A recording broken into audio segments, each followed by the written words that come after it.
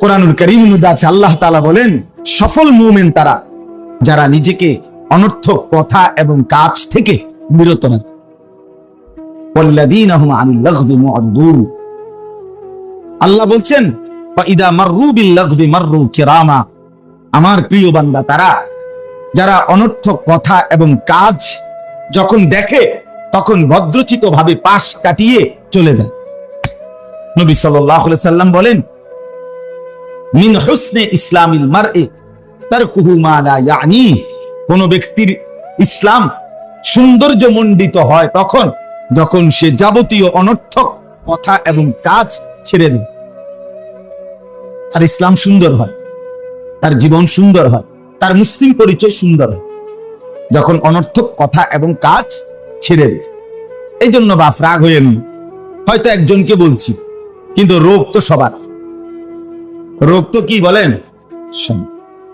সবার। এই জন্য দয়া করে এখনকার জন্য বললাম, আপনি আপনার বিবেককে প্রশ্ন করেন, এই বড় মোবাইল এটা প্রয়োজন আছে? অফিসিয়াল, দেশে বিদেশে, ব্যক্তিগত, পারিবারিক, চাকরি, ব্যবসা, জীবন চলার বর্তমান অনেক কিছু এটার সাথে সম্পৃক্ততা আছে, যেটা লাগবেই। হ্যাঁ ঠিক আছে, জরুরত তো জরুরতই, প্রয়োজন তো প্রয়োজনই, কিন্তু সারাদিন মোবাইল টিফোন এটা কি প্রয়োজন আমারে বলো? একেবারে পাগল ছাগল, গরু ছাগল, আঁশ মুরগা, বেড়ই বেড়ি, জোয়ান বুড়া, সাদা কালা হুজুর, জিডা পাউন এটা ছবি উড়াইতে এটা কিতা? এটা প্রয়োজন? হ্যাঁ, এটা জরুরত হইল কোনো? এইটা বুঝাইতে চাই। প্রয়োজনকে প্রয়োজনের মধ্যেই রাখেন, দরকারকে দরকারের মধ্যেই রাখেন। আমরা মদিনা শরীফ গেছি, রিয়াজুল জান্নাহ, রাসূলুল্লাহ সাল্লাল্লাহু আলাইহি সাল্লামের রওজা শরীফের পাশের যে জায়গাটা, এটাতে ঢুকতে হইলে বড় মোবাইল দেখাইতো, এটা লাগবে। বড় মোবাইল দিয়া অ্যাপস সে রেজিস্ট্রেশন মানে অনুমতি নিয়া এটা দেখাইয়া ঢুকতে হবে। তো এটা আমার দরকার না, এখন আমি এটা সারা দাম কেমন নেন? তাহলে দরকার আছে কোনো কিছু, কোনো দরকারে তো দরকারি, যেটা বেহুদা সেটার কি অর্থ? আল্লাহ আমাদেরকে বুঝদান করেন। বিষয়টা যদি সবাই মিলে একটু আন্তরিক হন তাইলে ভালো হবে। আমাদের জিন্দেগির হাজারো লক্ষ ঘন্টা, মিনিট, সেকেন্ড বাফ এই মোবাইল কেড়ে নিচ্ছে, কেড়ে নিচ্ছে শুধু শুধু শুধু শুধু। কোরআনুল কারীমে আছে, বিশ্বাস করেন, কোরআন শরীফে আছে, প্রত্যেক জাহান্নামের ভীষণ আগুনে যখন উথাল পাথাল ঢেউ খেলবে, উতরাবে, তখন জাহান্নামী আল্লাহকে বলবে রব্বানা আখরিজনা না'মাল সালিহান গায়রাল্লাযী কুননা না'মাল। আল্লাহ, আমারে অল্প কিছু সময়ের জন্য দুনিয়ায় আরেকবার ফেরত যেতে দেন। এবার যদি যেতে পারি আমি সবগুলো নেক আমল করব। তখন আল্লাহ তাআলা এই কথার জবাবে জাহান্নামীকে একটা কথা বলবে। প্রথম যে কথাটা আল্লাহ বলবে, আওয়ালাম নুআম্মিরকুম, আমার বান্দা বলো তো আমি কি তোমাকে হায়াত দেই নাই? 60 বছর কারে দিছিলাম, 40 বছর কারে দিছিলাম, 30 বছর বান্দা কাকে দিয়েছিলাম? এতগুলো রাত, এতগুলো দিন, এতগুলো সপ্তাহ, বছর আমি কি তোমাকে দেই নাই? আওয়ালাম নুআম্মিরকুম, আমি কি তোমাকে হায়াত দেইনি? আমি কি তোমাকে বয়স দেই নাই, সময় দেই নাই? এই সময়, আমার জীবন, আমার হায়াত, আমার এই ঘন্টা, মিনিট, সেকেন্ড, বিশ্বাস করেন এটাই আল্লাহ তাআলা প্রথম আমাদের সামনে তুলে ধরবে। কেন চাচ্ছ না ফরমান? সময় চাচ্ছ কেন? আমি তো সময় দিয়েই আনছি। আবার হায়াত চাচ্ছ কেন? আমি তো হায়াত দিয়েই কবরে আনছি। আমি তো লম্বা একটা সময় দিয়েই তোমারে তারপরে কবরে এনেছি। এই জন্য দয়া করে আফসোস করতে হবে, আফসোস করতে হবে। আল্লাহ তাআলা বলবেন আমি সময় দিছি, আর দেব, আর দেব।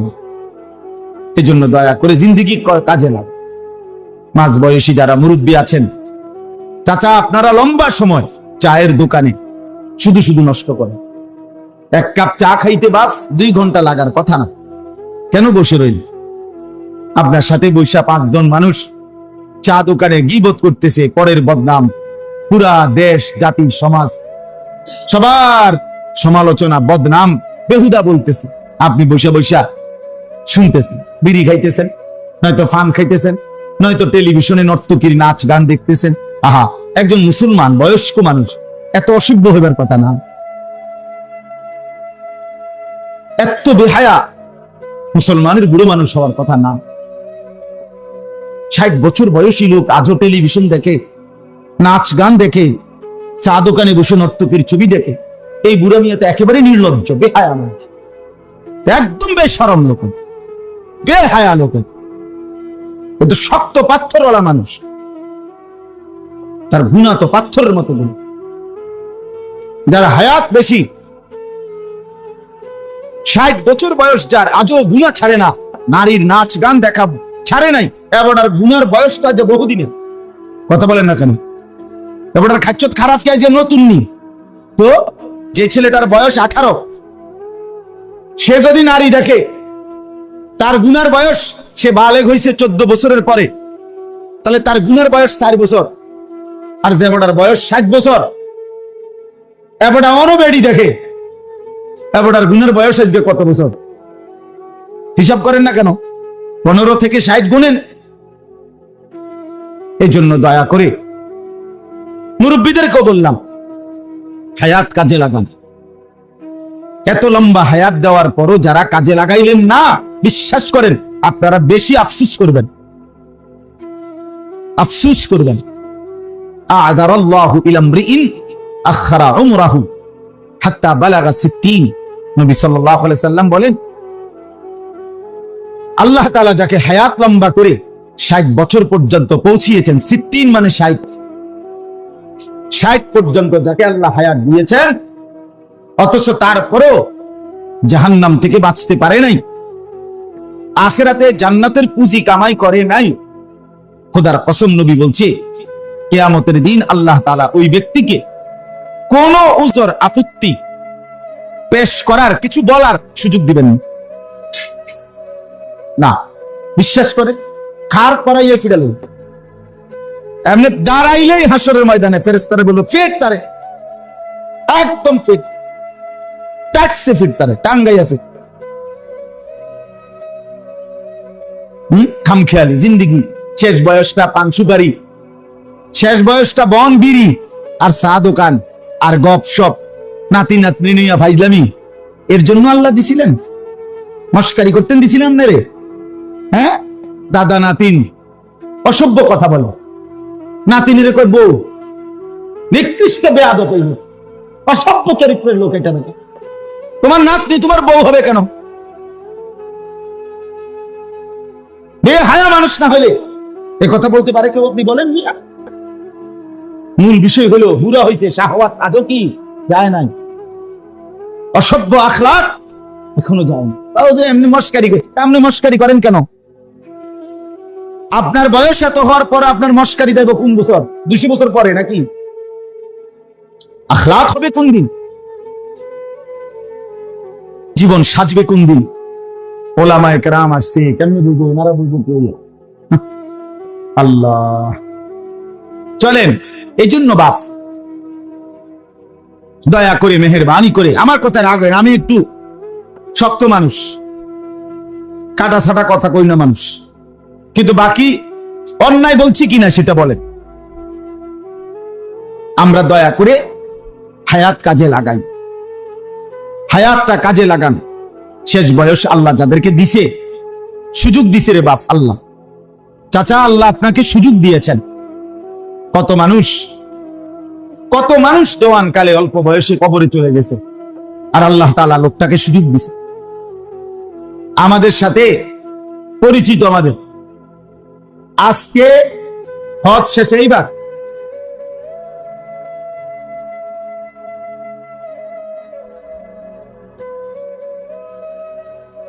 হজ্জের শেষ, সবকিছু শেষ, ওনার দেশে ফিরবে।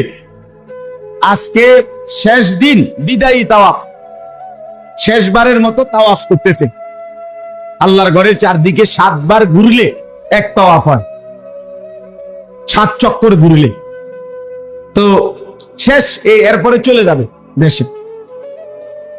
5টা চক্কর ঘুরছে, 5 ঘুরা শেষ, আর 2টা চক্কর বাকি।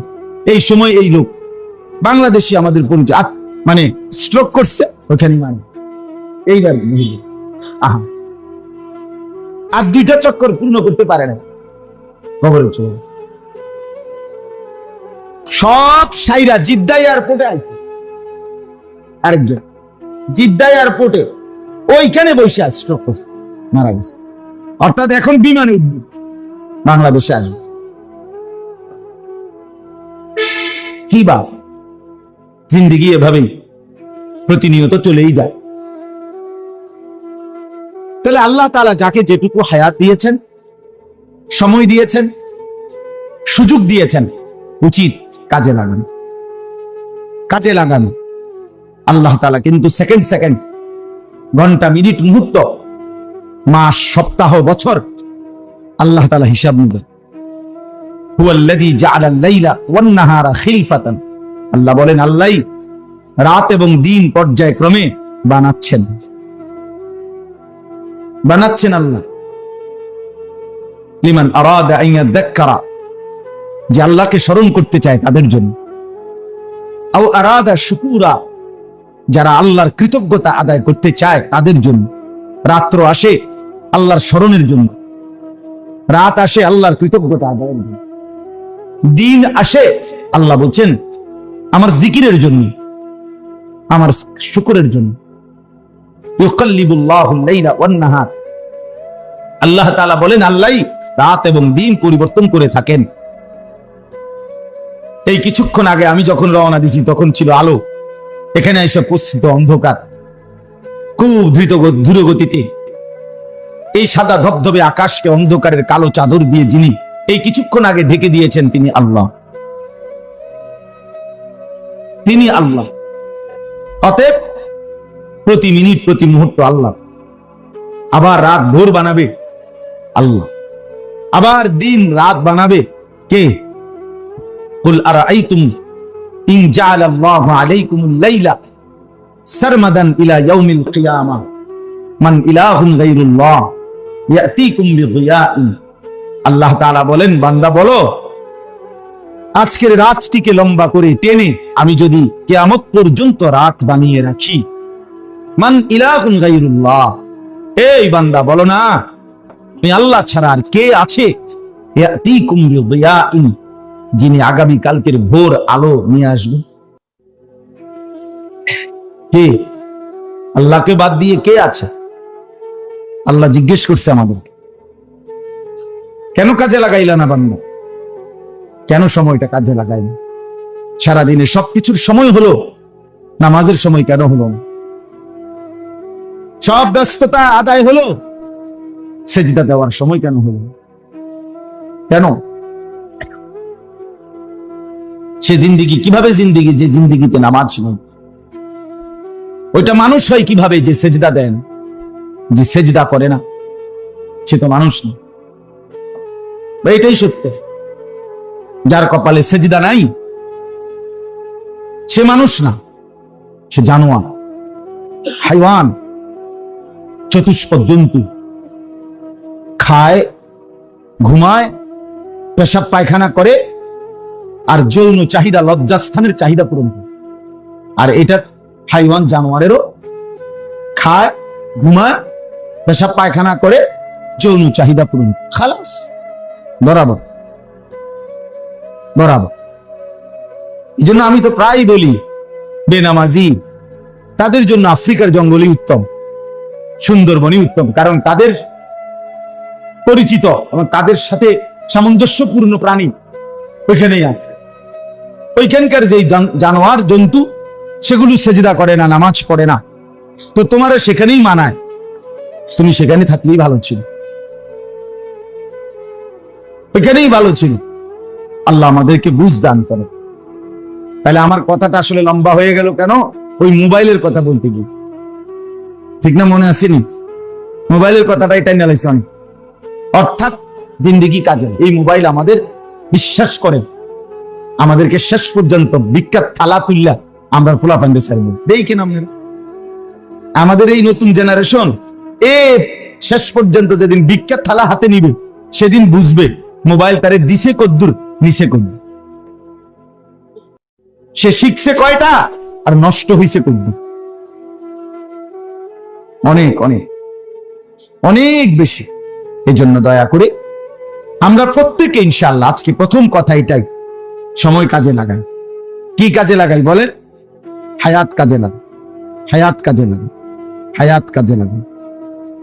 এই সময় আর আসবেন, এই রাত আর ফিরবেন। ইমাম ইবনু রজব হাম্বলি রাহমাতুল্লাহ আলাইহি বলছে, প্রত্যেকটা রাত বলে দুনিয়াবাসীকে, দুনিয়াবাসী আমারে কদর করো, আমি আর আসব না। প্রতিটা দিন দুনিয়াবাসীকে কদর ডেকে বলে, হে দুনিয়াবাসী আমি আর আসবো না রে, আমারে কদর। মনে করেন এই যে আজকের 12 জুলাই 2024 রোজ শুক্রবার, আর কোনদিন আসবে না। এই শিরোনাম আর কোনদিন হবে? আর হবে। আগামী বছর 12 জুলাই আসবে, কিন্তু সেটা তো 2025 সাল। আগামী সপ্তাহ তো শুক্রবার আসবে, কিন্তু সেটা তো 19 তারিখ, 12 তারিখ।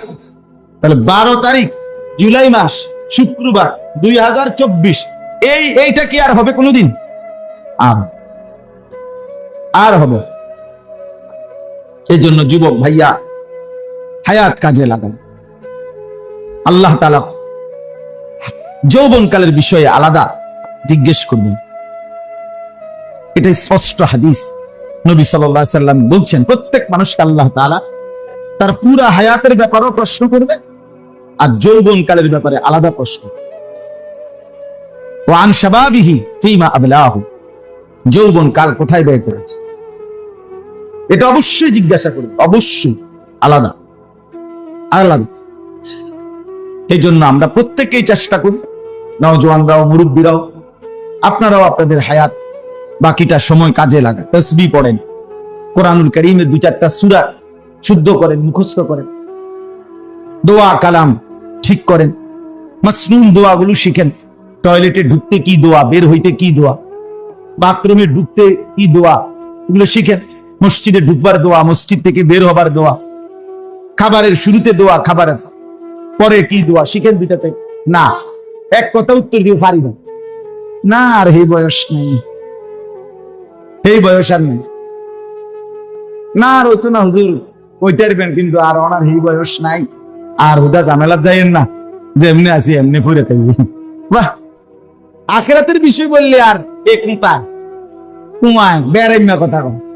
তো দুনিয়া ভোগ করবেন, দুনিয়া বাপরে বাপ, যেটা গোস্ত খাবেন নি, খানা মাশাআল্লাহ, আপেল খাবেন নি, মালটা দাও না, দাও আর বাঁচবেন কয়দিন। আল্লাহ দুনিয়া ঠিকই ভোগ করে, দুনিয়া এক বিন্দুও ছেড়ে দিচ্ছেন। আপনার যেহেতু আর বয়স নাই, আপনার কীর্তন গোস্ত লন, আপনার যেহেতু আর বেশি দিন বাঁচতেন না, আপনি কীর্তন আর আপেল মালটা খান, আপনার বাঁচতেন না তো। না, দুনিয়া 100, আখিরাত মুঠেই নেই। আস্তাগফিরুল্লাহ।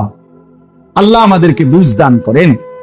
কোরআনুল কারীমের যে আয়াতটি আমি পড়ছি, এই আয়াতের উপর আমি ছোট্ট কয়েকটা কথা বললেই আমার কথা শেষ ইনশাআল্লাহ। 1 নম্বর কথা হলো, এখন আরবি মুহররম মাস, এটা আরবি ইসলামী বছরের প্রথম মাস। এখন একটি নতুন ইসলামী সন বছর শুরু হয়েছে, 1446 হিজরি। কত হিজরি বলেন? 1446 হিজরি। এই নতুন বছর, ইসলামী বছর, এটা নতুন। আপনার ইসলামী বছরের প্রথম মাসের নাম হলো মুহররম। ওলামায়ে কেরাম বলেন, ইসলামের এই যে ইসলামী মাস, ইসলামী বছর, এটার সাথে ইসলামী শরীয়তের অসংখ্য হুকুম আহকাম জড়িত, অনেক কিছু জড়িত আছে, যার ফলে একজন মুসলমানের জন্য, মুমিনের জন্য ইসলামী বছরের হিসাব জানা রাখা, এটা মুসলিম জনগোষ্ঠীর মধ্যে এটার হুকুম হলো শরীয়তের ফরজে কিফায়া। অর্থাৎ একটি এলাকা, একটি জনগোষ্ঠীর, মুসলিম অঞ্চলের প্রত্যেকটা অঞ্চলের কিছু মানুষ অবশ্যই তাদের উচিত ইসলামী বছরকে হিসাব রাখা, জানা, ফলে বাকিরাও গুনাহ থেকে বাঁচবে। আর যদি কেউ না রাখে হিসাব, কেউ না জানে, তাহলে সকলেই গুনাহগার। জানাজার নামাজের যেমন হুকুম, জানাজার নামাজ কি? ফরজে কিফায়া। কি বলেন না? মহল্লার কিছু মানুষ আদায় করলে সকলেই গুনাহ থেকে কি পাবে? বেঁচে যাবে। আর কেউ আদায় না করলে সকলেই কি হবে? এই ইসলামী বছরের হিসেব রাখা এই হুকুম। ইসলামী বছরের সাথে মুসলমানদের অসংখ্য বিষয় জড়িত। আপনারা একটা উদাহরণ দেই, সহজ বুঝবেন। ইসলামী বছর চন্দ্রের হিসাবে, এই যে আরবি মাস এগুলি হলো চাঁদের হিসাবে, আর ইংরেজি ক্যালেন্ডারের যে মাস এগুলো হলো সূর্যের হিসাবে, সৌর সন। আর এটা হলো চন্দ্র বছর।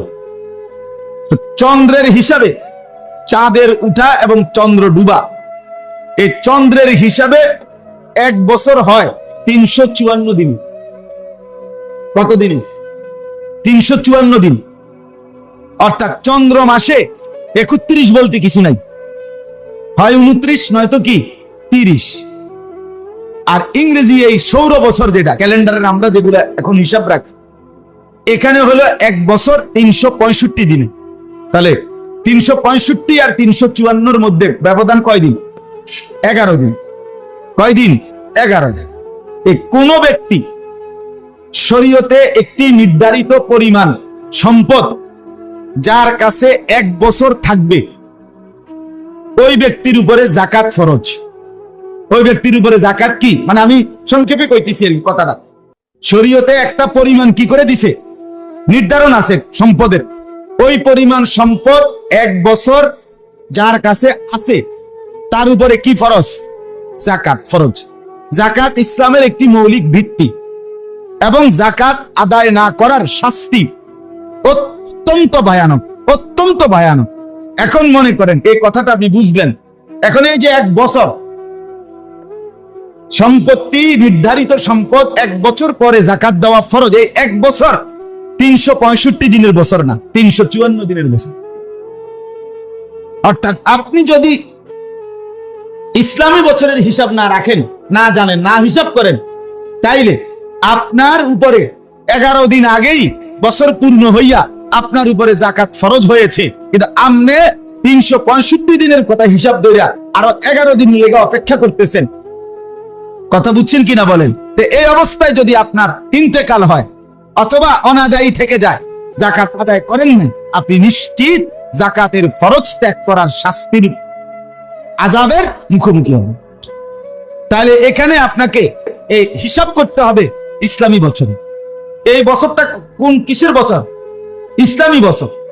যে যাকাত কোন ছেলে মনে করেন সে যদি তারে প্রাপ্ত বয়স্ক সাবালক, তার যদি সাবালকের গোসল ফরজ নাও হয়, তাইলেও 15 বছর যখন পূর্ণ হবে তখন তাকে সাবালক হিসেবেই ধরা হবে।